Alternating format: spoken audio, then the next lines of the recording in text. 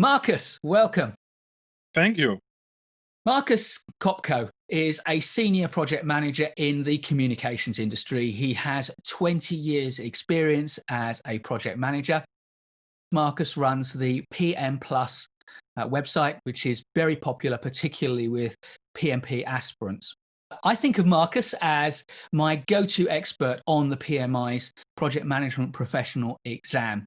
And it seems that PMI think of him as something of an expert too, because he is on the PMBOK Guide 7th edition team and has also recently become a PMI authorized trainer.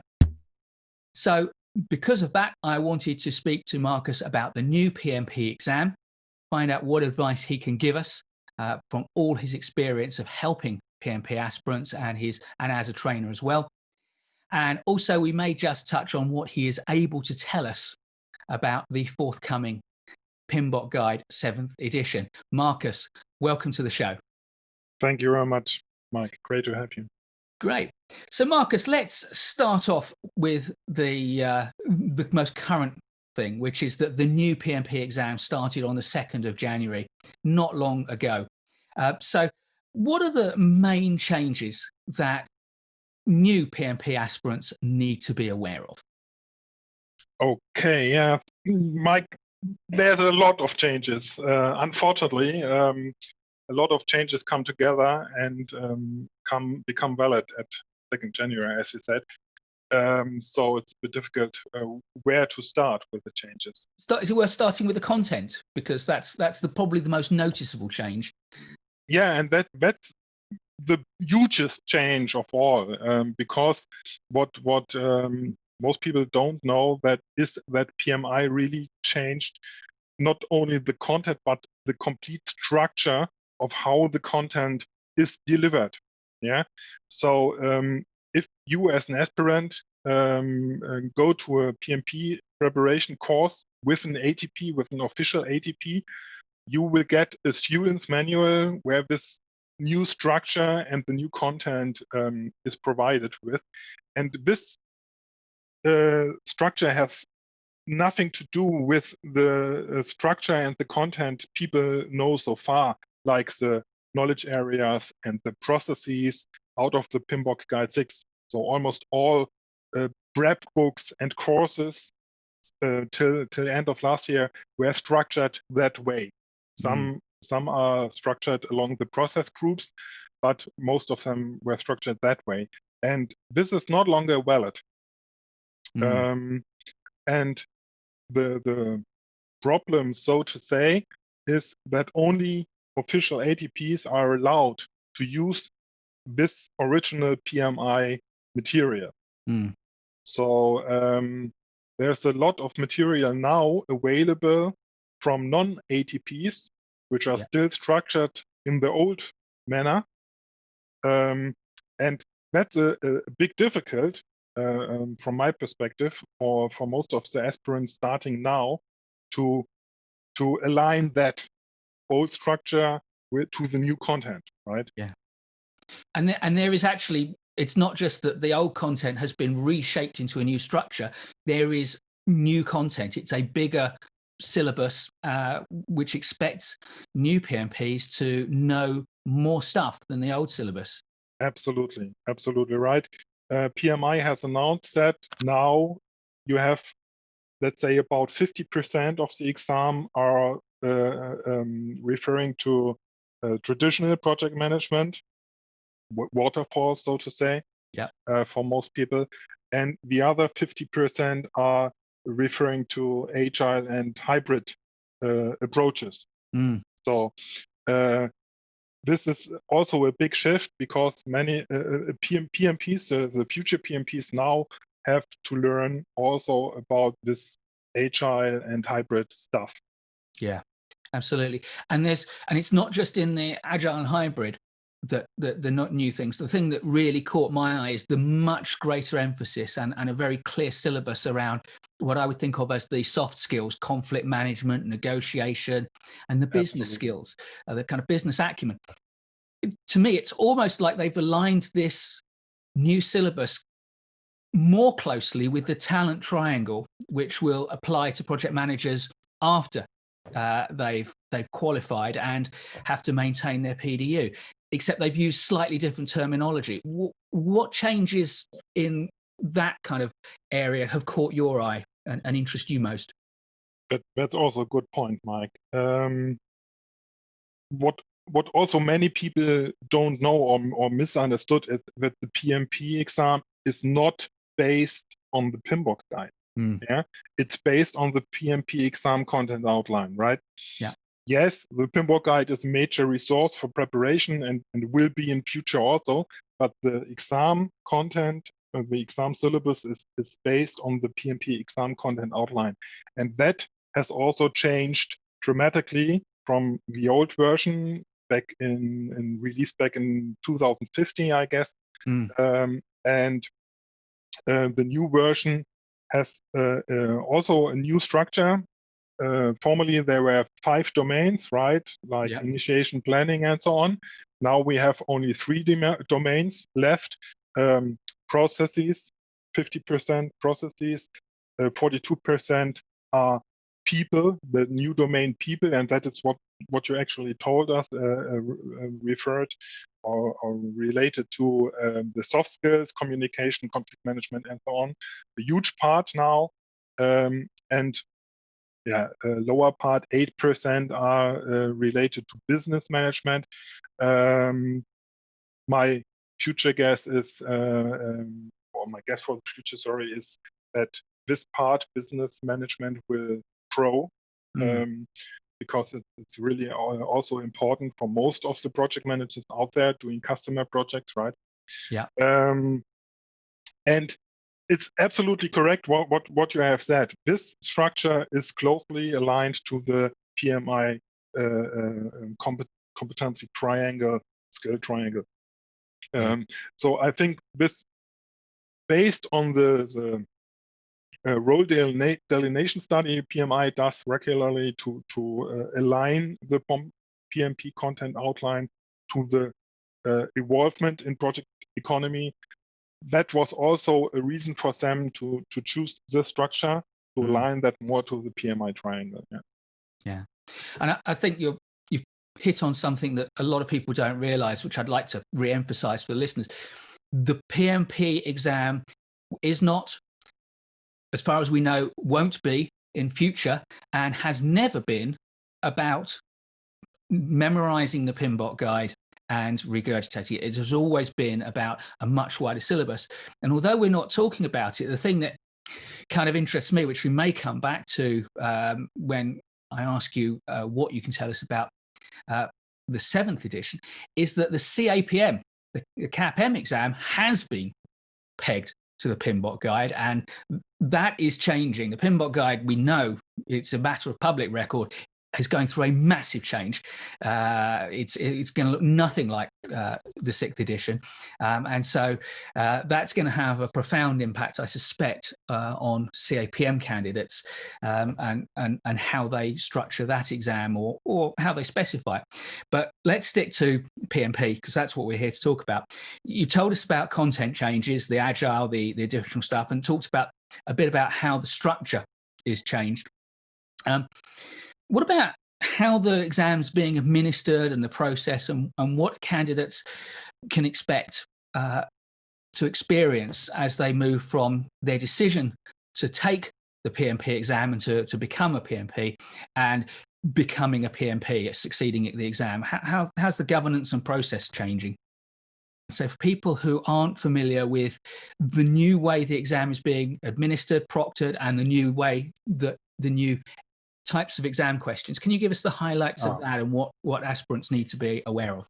Yeah, like I said in the beginning, there were very many changes, and you're right, they also changed the governance of the exam. So formerly we had 200 questions, 4 hours, and only multiple choice, where always only one answer was the right solution or the best solution.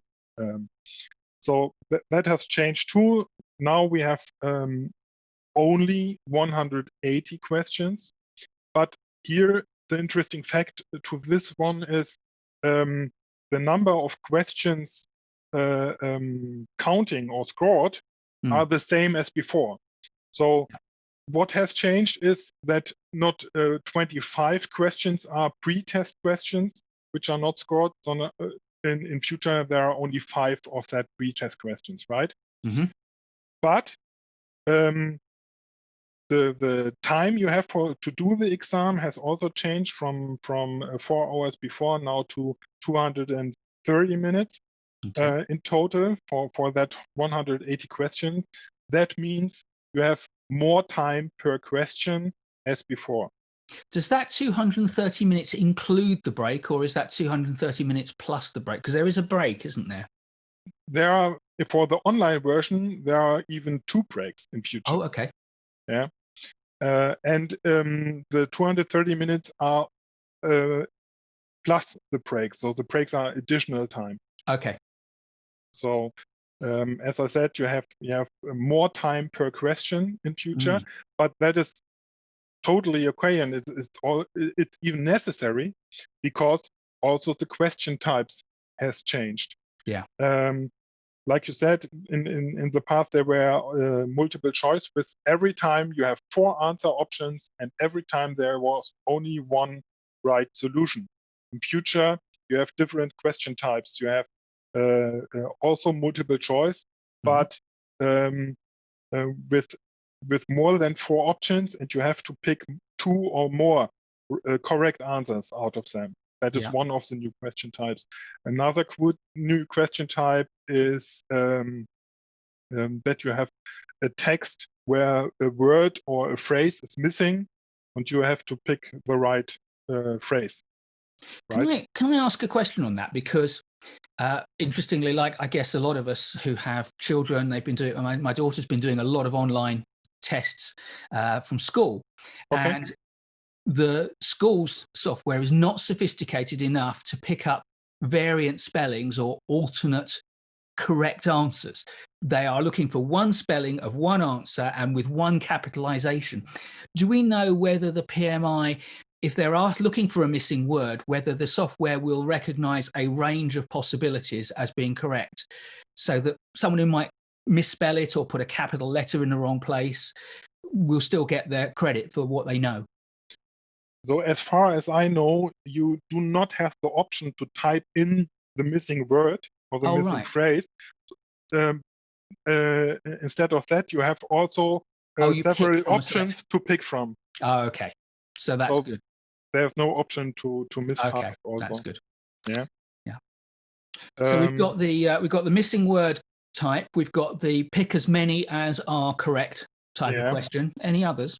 Then you have drop and drag, where you have 2 ranges of categories or topics, and you have to put them together in the right order. That's another type. And as far as I know, the last new type is where you get a graphic, and you have to pick an area within that graphic by mouse clicking on that to choose the right answer. Yeah. So they're able to better test understanding, I guess, with those. Yeah. Have you had a chance to look at any sample questions from PMI? Not yet. Not yet. Unfortunately, there are 3 sample questions on the official PMI website they have published. 3 is. I was shocked at how few that they were prepared to give. I thought that was very uncharitable. Yeah, that's correct. No, unfortunately, I had not the option now to have a look for myself. So yeah. Okay. Anything else that we need to know about the new exam before we move on? So yes, as I said, there are 2 breaks in the online version, and as far as I know, if you go to an exam center, there are not both 2 breaks. That's what is written on the website. Just let me think. No, I think we covered all the changes. Yeah. Yeah, I think for people doing it at home, they've introduced the breaks so that if you do need to step away from your computer, it's part of the structure so that they can be sure that they can manage the risk of cheating. I think it does seem to be very carefully thought out from that point of view. We said in the introduction that because of the delays, we now have the situation where we've got a new exam followed within possibly a very few months by the publication of the new edition of the project management body of knowledge. So let's start off with telling us what candidates need to know about the relationship between the new PMBOK guide when it comes out and how the exam may change in the future. And you may just have to rely on past experience. I don't know how much you know and how much PMI, they tend to be quite secretive. We'll tell even people like you who are in the circle. And therefore, what guidance you would give to people considering taking the exam in the next few months, or whether they should be putting it off for another few months to see what happens. So what are your thoughts about the relationship between the PMP examination and the forthcoming PMBOK? Yeah, that's a big topic, Mike, and that's also the reason for a lot of confusion in the community. It's really a difficult time right now, especially for those people who want to sit for the exam, let's say this month or next month, because maybe they had tried it last year and failed the first time. They are in a difficult position now, right? They have prepared for the old version, and now they have to close that knowledge gap, especially regarding agile and hybrid topics. And yeah, if they do not rely on an official ATP, there is a problem. What material should they use to close that knowledge gap, right? Yeah. My recommendation, I'm telling people right now, is either you have the option to do that course offered by PMI. It was in your article also yesterday. A free offer. I like that. By PMI, especially for those people. I'll put a link to that in the description below, because that's a very important point. PMI has offered support for students in that situation, so we'll link to that. Thank you. Not that usual for PMI to offer something for free, so that's a big chance for many people, and I recommend that to many people already taking this course to close that knowledge gap. More by accident, I do know that course because I have done the same course for that micro credential. All right. PMI will offer also in future. I did the beta test for them, and it's the same course, so I know it, and I really like that course, to be honest. I do not like everything PMI is publishing, especially what material or courses regards. You mentioned that in your article, by the way, in a great way. They fought back to mid-1990s. Yes, what Markus is alluding to, and as an ATP, he has to be more careful about how he says it than I do, I suspect. But yes, having seen examples of the material that ATP authorized training providers are required to use by the PMI. So if you as a listener decide to study and train with an approved training provider, which is always a good idea because then you know the quality of the people concerned in the organization, they will be compelled to use the PMI's training materials. And the PowerPoint slides that the ATPs have been given and are required to use without modification really do look like the worst PowerPoint bullet point slides from the 1990s. PMI has a long way to come on that. PMBOK 7 looks revolutionary and 21st century. The slides for the PMP exam preparation really do but let the side down. Sorry, Mike. But the good thing is that ATPs are allowed to enhance the material with their own material. So Yeah. there's a little chance to make things better. Yeah. So and actually, I would say that I think, you know, you're not securing a course with an ATP because you want to see the PMI slides. You're securing it because someone like Markus is going to explain what those slides mean and how to understand them and how to use that knowledge properly in the examination as well as in the real world. So I think that's why you would go to an ATP, because of the quality of the people who are going to help you through. Thank you. That's totally correct, and that underlines the importance to select a good ATP as your resource. So we're talking about the relationship between PMBOK 7 and the new exam, and I think, you know, you've made the point that it's things are already difficult for candidates who may have to retake for one of many reasons, and now this is on the horizon as well. Okay, back on track. Thank you. So this course is a great option to close the knowledge gap for candidates already trained for the old version. And in addition, I would say, and I always recommend, to rely on the Agile Practice Guide released by PMI, also with PMBOK Guide 6th edition.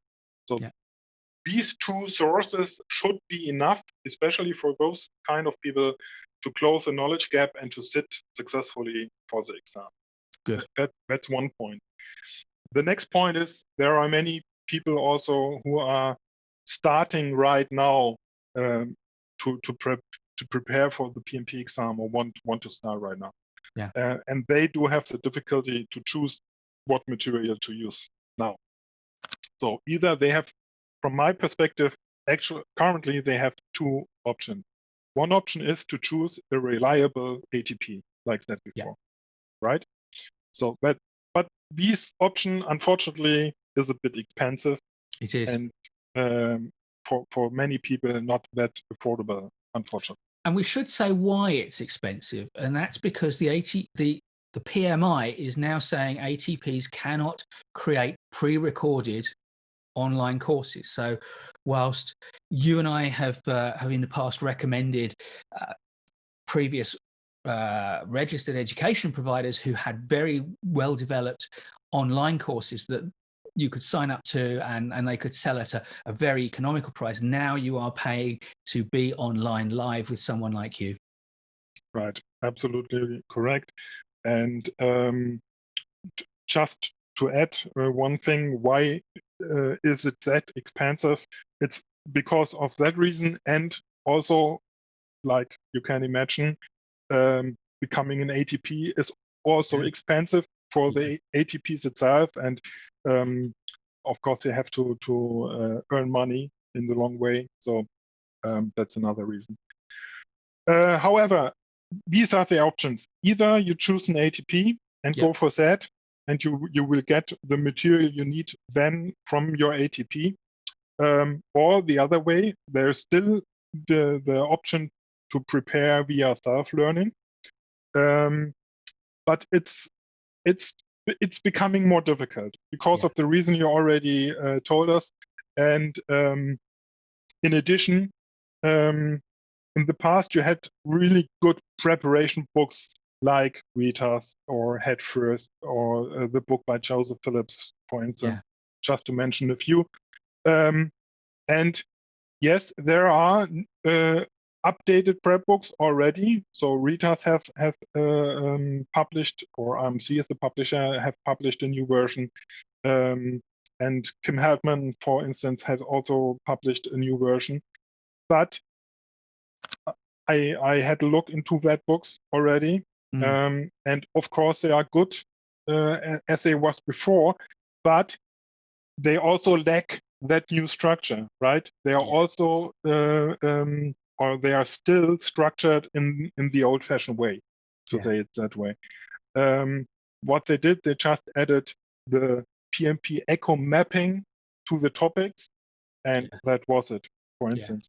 So people who want to prepare via self-learning, I would recommend, to be honestly, I would recommend them waiting if possible, waiting for a few 3 months maybe, just because of on the first hand we will have experience then from exam takers. We will have lessons learned from them.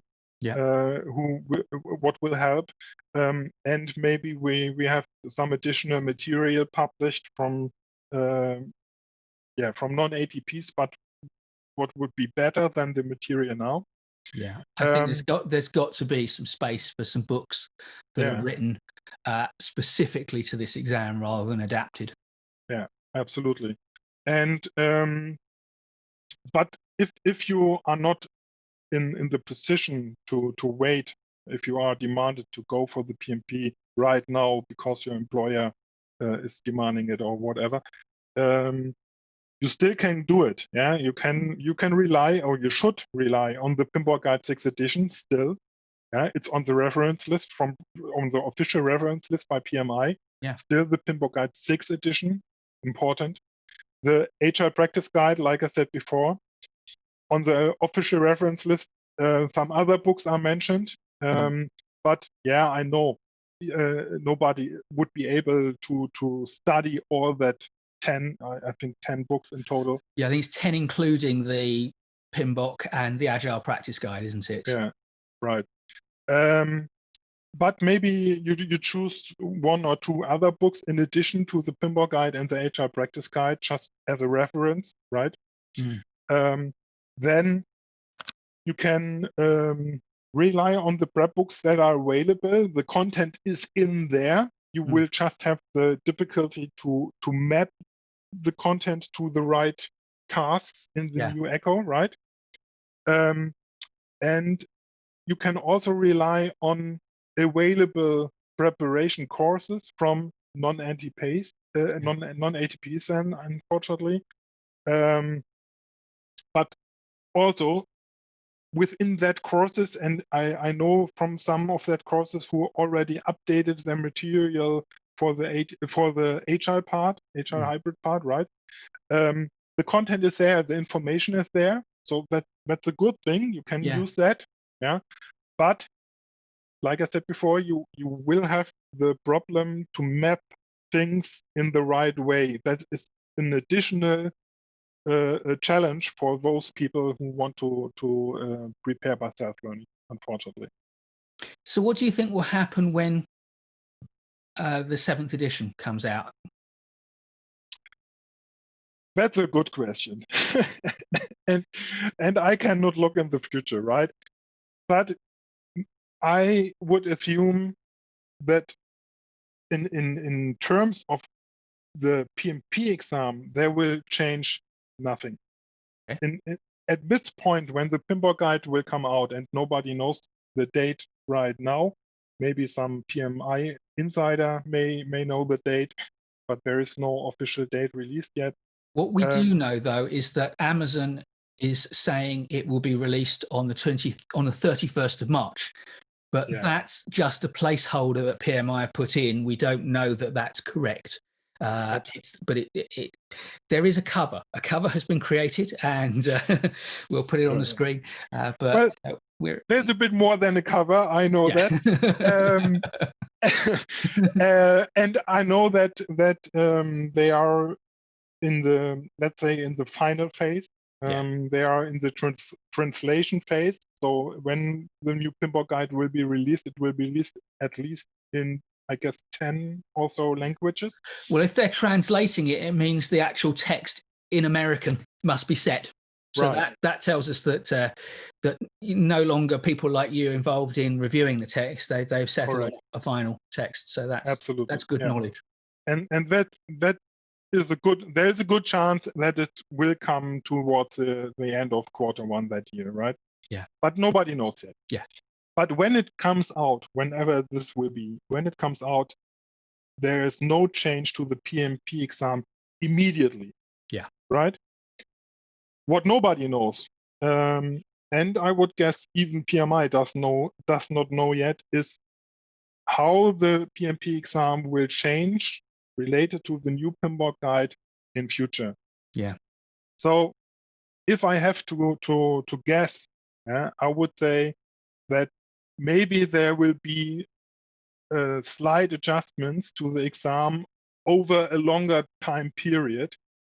So nobody does recognize really in terms of is a big change. Right.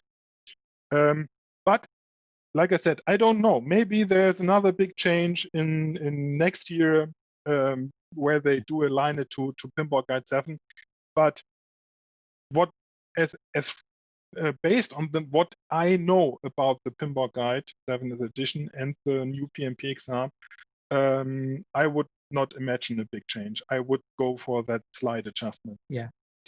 Yes, and my feeling is, PMI has been putting a lot of work into putting all of the process and all of the knowledge areas online and making that available. And my feeling is that we know that PMBOK 7 is going to be very different. It's going to be principle based, and the processes and the knowledge areas are not going to, I don't know whether they're not going to feature, but they're certainly not going to have the prominence. So my guess is that that online resource will become part of the resource pool that PMI will expect PMP candidates to be familiar with. I know that you are on the inside, and therefore almost certainly you have confidentiality agreements about what you can and can't say about PMBOK 7. But it's also true that there's been an exposure draft that has been made public. A lot of the principal authors have written on the PMI's website about areas of the new PMBOK guide where they've been taking the lead and where they're interested. So we do know quite a lot about what it's going to look like. So looking at it without giving us any information that you feel you can't, what's your reaction to the new PMBOK guide and what we can expect? What's caught your eye, and what do you think we should be excited about? Well, to be honest, Mike, and I do not say that because I was part of the team, but I do say that because I am a follower of PMI for a long time now already, and I am a PMI enthusiast. To say that. I do not hide that, but I really think, honestly, that the new PMBOK guide is going into the right direction because of the future of the project economy and of the development we have in the project economy and the involvement.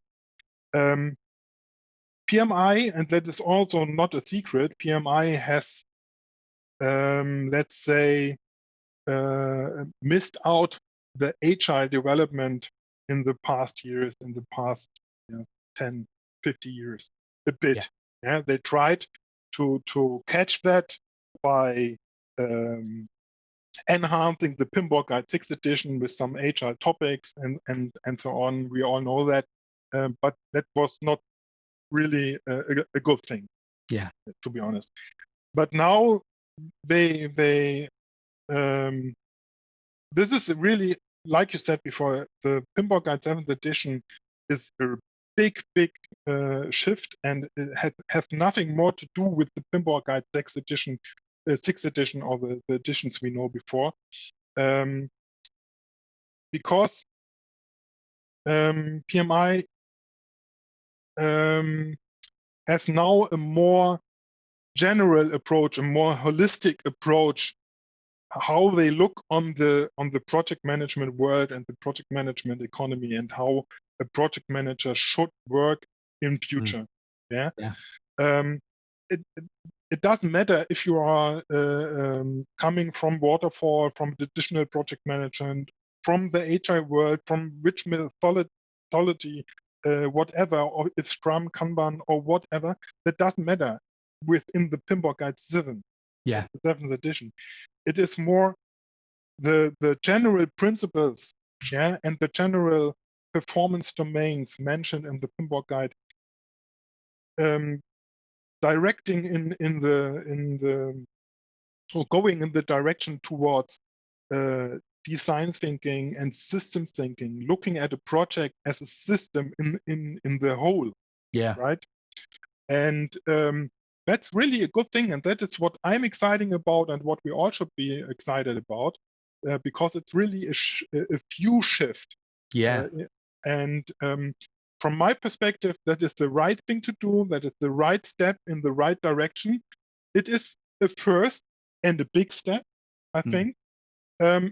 It is not the last step and not the final solution. There will be never a final solution, by the way. But it is the right. It's going in the right direction. Yeah.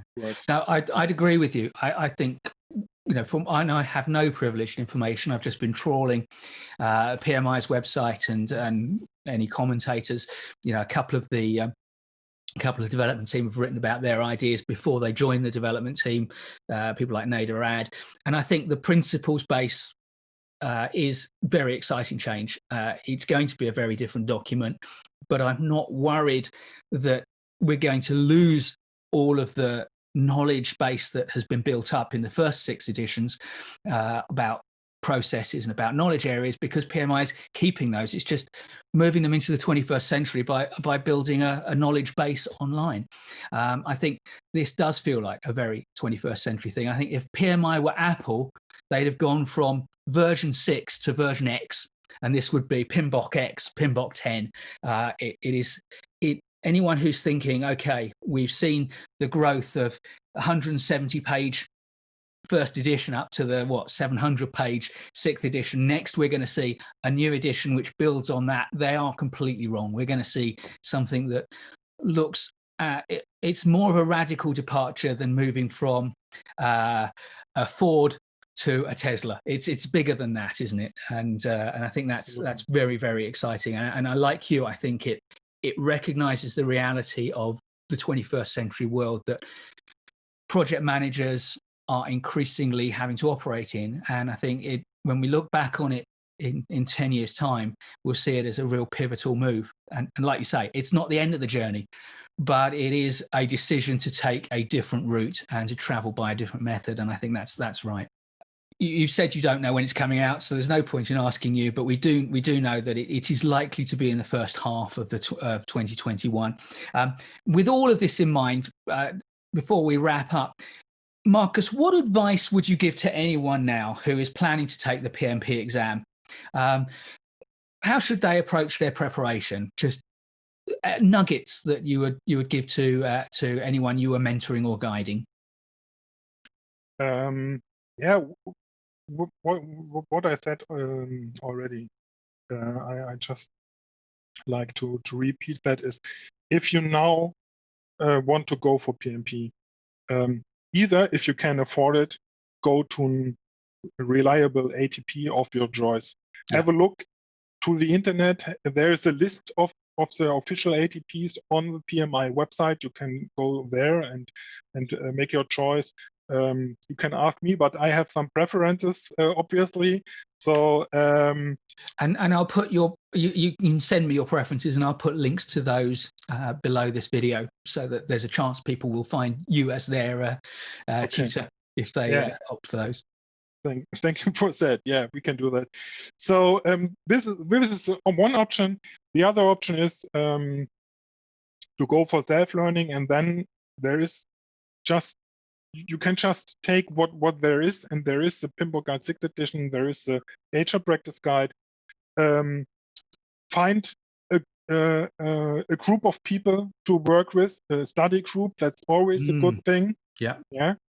And if you be able, find a coach who can help you clarifying questions and doubts and so on. So that would be a good thing.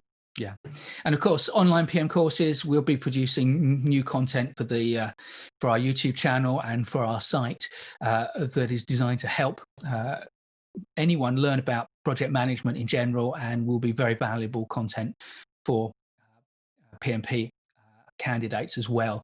Are we focusing our additional content on the soft skills areas, the first domain, and on the third domain, because I think there's plenty of stuff already out there on the second domain. So Markus, you've been fantastic. Before I thank you properly, how can our viewers get in touch with you? Where are you making your services available? since I'm really active in the online community, you can find me almost everywhere there. So foremost, I'm really active on LinkedIn. Okay. Everybody who wants can contact me at LinkedIn. I'm administrating the biggest PMP-related preparation group on LinkedIn called I Want to Be a PMP. So become a member of that group and you are connected to me automatically. Also on Facebook, I have some PMP related groups on Facebook. That's another option. And of course, I run my own website. You mentioned it already at projectmanagement.plus. Or another option, another website, it has a slightly different topic, is mp4pm.club. That's about mind mapping for project management. That would be another option to get in contact with me. Brilliant. I'll put links below this video for anyone. Markus will send me all those links, and you'll be able to get in touch with him. And I recommend you do, if you are serious about learning PMP and indeed serious about learning project management. Markus produces some fantastic content and is a great and reliable source of good information.